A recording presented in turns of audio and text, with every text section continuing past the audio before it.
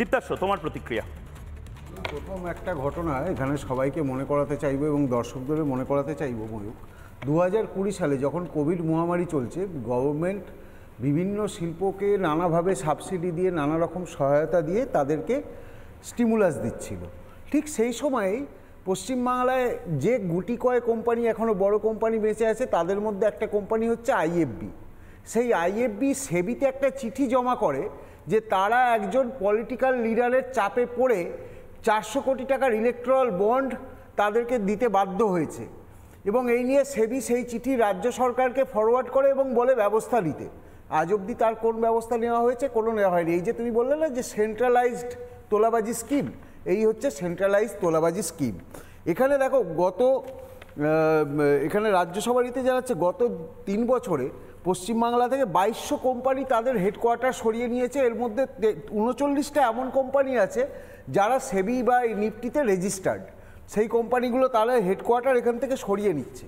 এবার একটা সর্বত্র যখন নৈরাজ্য, বিশেষ করে যেখানে একটা মানে ফেক পলিটিক্যাল ন্যারেটিভ তৈরি করার জন্য একটা শিক্ষা প্রতিষ্ঠানকে ব্যবহার করা হয়, সেখানে শিল্পক্ষেত্রকে যে ছাড়া হবে না এটা তো জানাই কথা। এবার এর ফলশ্রুতিতে কি হচ্ছে ময়ূক?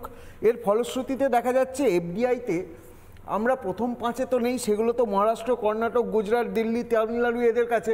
রাজুদা বলছিলেন যে বিজেপি শাসিত রাজ্য, বিজেপি শাসিত রাজ্য, অথচ দেখা যাচ্ছে বিজেপি শাসিত রাজ্য ইউপিতে এফডিআই এসছে 2024 সালে 217 বিলিয়ন, পশ্চিমবাংলায় এসছে 60 বিলিয়ন, মানে আকাশ পাতাল তফাৎ।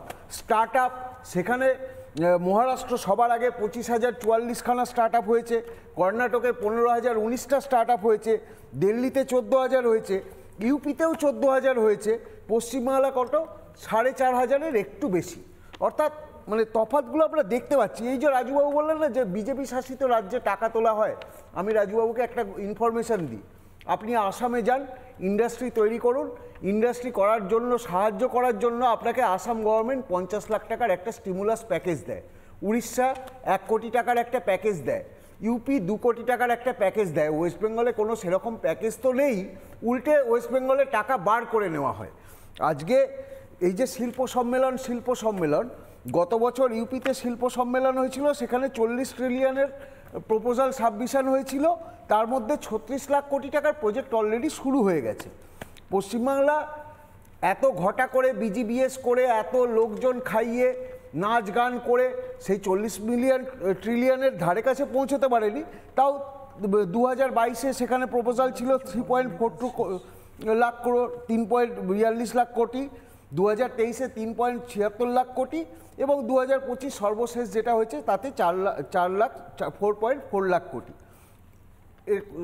কোথায় তার এক্সিকিউশন কটা হয়েছে? আদানি নিয়ে শুনেছিলাম পোর্ট হবে, সেই পোর্টের কি?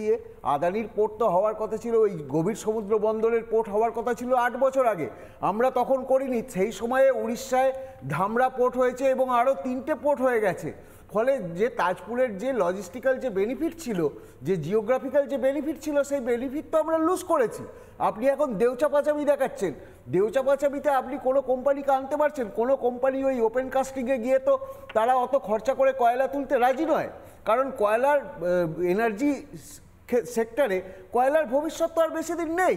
আপনি কাকে বোকা বানাচ্ছেন? আজকে এর ফলে দেখা যাচ্ছে পরিস্থিতি কি হচ্ছে, হিউম্যান ডেভেলপমেন্ট ইন্ডেক্স অনেকক্ষণ বলছেন তো মাথাপিছু আয় এই রাজ্য অন্য রাজ্যের তুলনায় বেশি, কর্মসংস্থানে এই রাজ্য 40% আমি বলিনি সবাইকে, আমি প্রত্যেকের প্রতিক্রিয়া নেব। আমি বলিনি রাজু ঘোষ বলিনি, বলা হয়ে গেছে রাজুদা। এবার বলি হিউম্যান ডেভেলপমেন্ট ইন্ডেক্স ইন্ডিয়ার মধ্যে 29টা রাজ্যের মধ্যে আমরা 26 নম্বরে।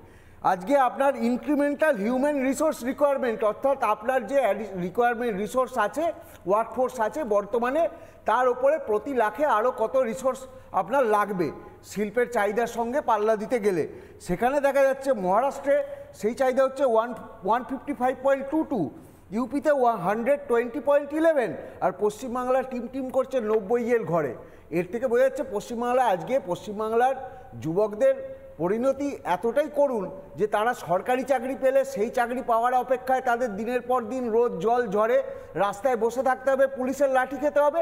আর যদি তার বেসরকারি চাকরি পাওয়ার তার কোনো উপায় নেই, তাকে রাজ্য ছেড়ে বিদেশে যেতে হবে এবং সেই জায়গায় রাজুবাবুরা রোহিঙ্গা এবং বাংলাদেশি ঢুকিয়ে তাই সেই জায়গা পূরণ করবে।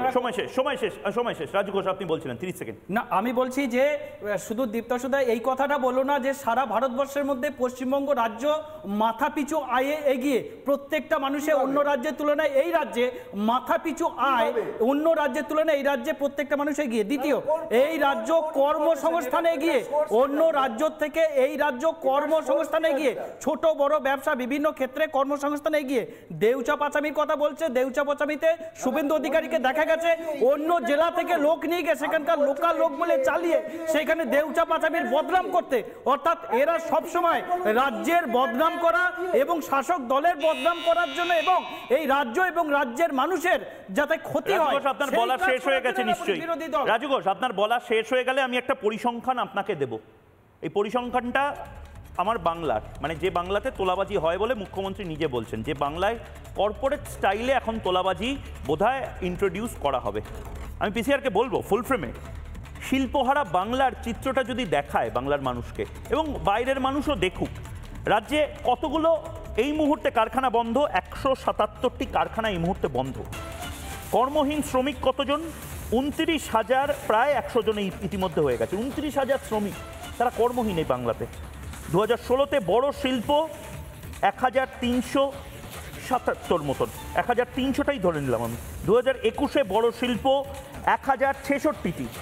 2021-এ বড় শিল্প এসেছে এবং বন্ধ হয়েছে। 5 বছরে বড় শিল্প বন্ধ প্রায় 270টি মতন। 5 বছরে মাঝারি শিল্প বন্ধ প্রায় 388টি মতন। এটা বাংলার ছবি। গোটা দেশে এই মুহূর্তে যখন আমরা কথা বলছি যে আসামে সব কেন চলে যাচ্ছে, নিশ্চয়ই বিজেপি এগুলো করছে। ওড়িশায় এই সমস্ত কিছু কেন চলে যাচ্ছে, নিশ্চয়ই নরেন্দ্র মোদী বাংলাকে কিছু দিতে চায় না। আরে বাংলাকে দেবে কোথা থেকে? বাংলার এর অবস্থা। নানা ধরনের কন্টেন্ট দেখার জন্য লাইক করুন, শেয়ার করুন আমাদের ফেসবুক পেজ, সাবস্ক্রাইব করুন আমাদের ইউটিউব চ্যানেল। পাশাপাশি অন্যান্য ব্রেকিং নিউজের জন্য অবশ্যই চোখ রাখুন রিপাবলিক বাংলায়।